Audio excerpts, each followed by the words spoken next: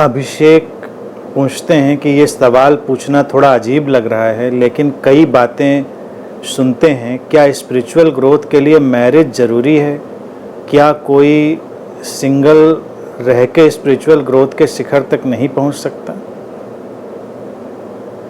अभिषेक, तुमने तो उल्टा वाला क्वेश्चन पूछ लिया। ज़्यादातर तो मुझसे लोग इसका उल्टा क्वेश्चन पूछते हैं कि स्पिरिचुअल ग्रोथ में तो मैरिज बाधा बन जाएगी, अकेले तो हम ज़्यादा स्पिरिचुअल ग्रोथ करेंगे, तो क्या मैरिज के बावजूद भी स्पिरिचुअल ग्रोथ हो सकती है? ज़्यादातर लोग तो ये पूछते हैं। तुमने उसका उल्टा पूछा है।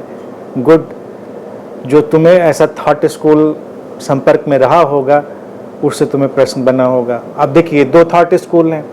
एक थॉट स्कूल कहता है कि नहीं, विवाह जरूरी है, बिना विवाह के आधे रह जाओगे और कोई आध्यात्मिक विकास नहीं होगा। और एक थॉट स्कूल कहता है ब्रह्मचर्य में रहकर साधना करोगे तो आध्यात्मिक विकास में जाओगे, शादी करोगे तो कोई आध्यात्मिक विकास नहीं होगा। अब अलग अलग थॉट स्कूल।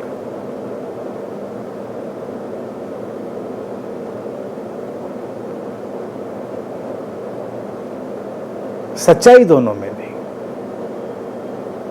आध्यात्मिक विकास तुम्हारी अपनी तीव्रता, अपनी प्यास, अपनी समझ पर निर्भर करता है। शादी हो ना हो, इससे कोई अंतर नहीं पड़ता। विवाह देखिए सुंदर है लेकिन अनिवार्य नहीं है। अगर तुम गरिमापूर्ण ढंग से, सुंदर ढंग से विवाह में जाना चाहते हो, रह रहे हो, तो उचित है। वहाँ तमाम संभावनाएं खुलेंगी।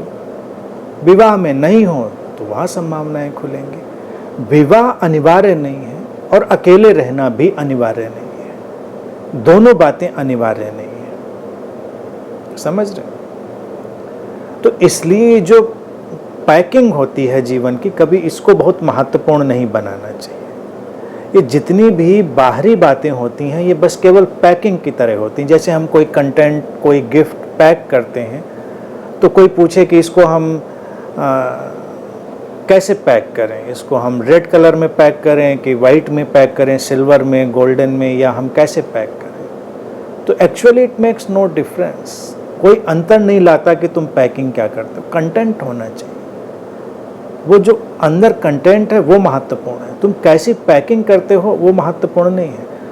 जैसे ध्यान है, ध्यान पर भी लोग एक प्रश्न पूछते हैं कि किस आसन में बैठे हैं, किस मुद्रा में बैठे हैं, किस समय बैठे हैं, ब्रह्म मुहूर्त ज़्यादा ठीक रहेगा कि आधी रात ज़्यादा ठीक रहेगी कि शाम ज़्यादा ठीक रहेगी, और ध्यान में कौन सा कपड़ा पहने, गैरिक पहने, वाइट पहने, माला पहने, ये करें वो करें, मतलब तमाम व्यवस्था है। लेकिन वो सब पैकिंग है। मूल बात है ध्यान की अंतरात्मा को समझना, ध्यान की अंतरात्मा में डूबना। ना वो तुम्हारे आसन पर आधारित है, ना वो तुम्हारी मुद्रा पर आधारित है, ना वो तुम्हारे कपड़ों पर आधारित है, ना वो तुम्हारे किसी समय पर आधारित है। तो कोई अंतर नहीं पड़ता।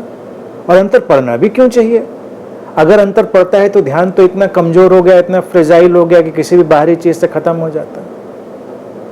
और उसका मूल्य भी नहीं आंकना चाहिए। ध्यान का मूल्य भी, या ध्यानी का मूल्य भी किसी बाहरी पैकिंग से नहीं आंकना चाहिए। जैसे आध्यात्मिक व्यक्ति है तो आध्यात्मिक व्यक्ति का मूल्य हम उसकी क्या बाहरी पैकिंग से आंकेंगे कि बाल छोटे रखें कि बड़े रखें, सिर मुंडाया है, मूंछ रखी, दाढ़ी रखी, कपड़ा कैसा पहना, मतलब इन सब बातों क्या मतलब? कोई तो मतलब नहीं है ना। ऐसे ही मैरिज है, तुम साथ हो, किसी का साथ होना सुंदर है, लेकिन साथ फिर अच्छे से हो।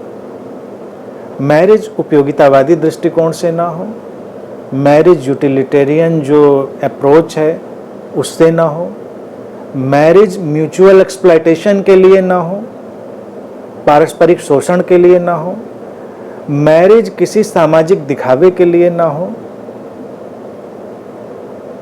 वो तुम्हारी अंतरात्मा की पुकार हो, किसी के साथ होने की जो तुम्हारी पुकार है उसके लिए हो। और फिर जब तुम एक दूसरे के साथ हो इतने सम्मान में, इतने प्रेम में, तो वो भी सुंदर है, अच्छा है, एक दूसरे को सहयोग करेगा। और अकेले अगर हो, अपने प्रेम में हो, अपनी समझ में हो, अपनी ठहराव और अपने आत्मबल से जी रहे हो, तो वो भी सुंदर है।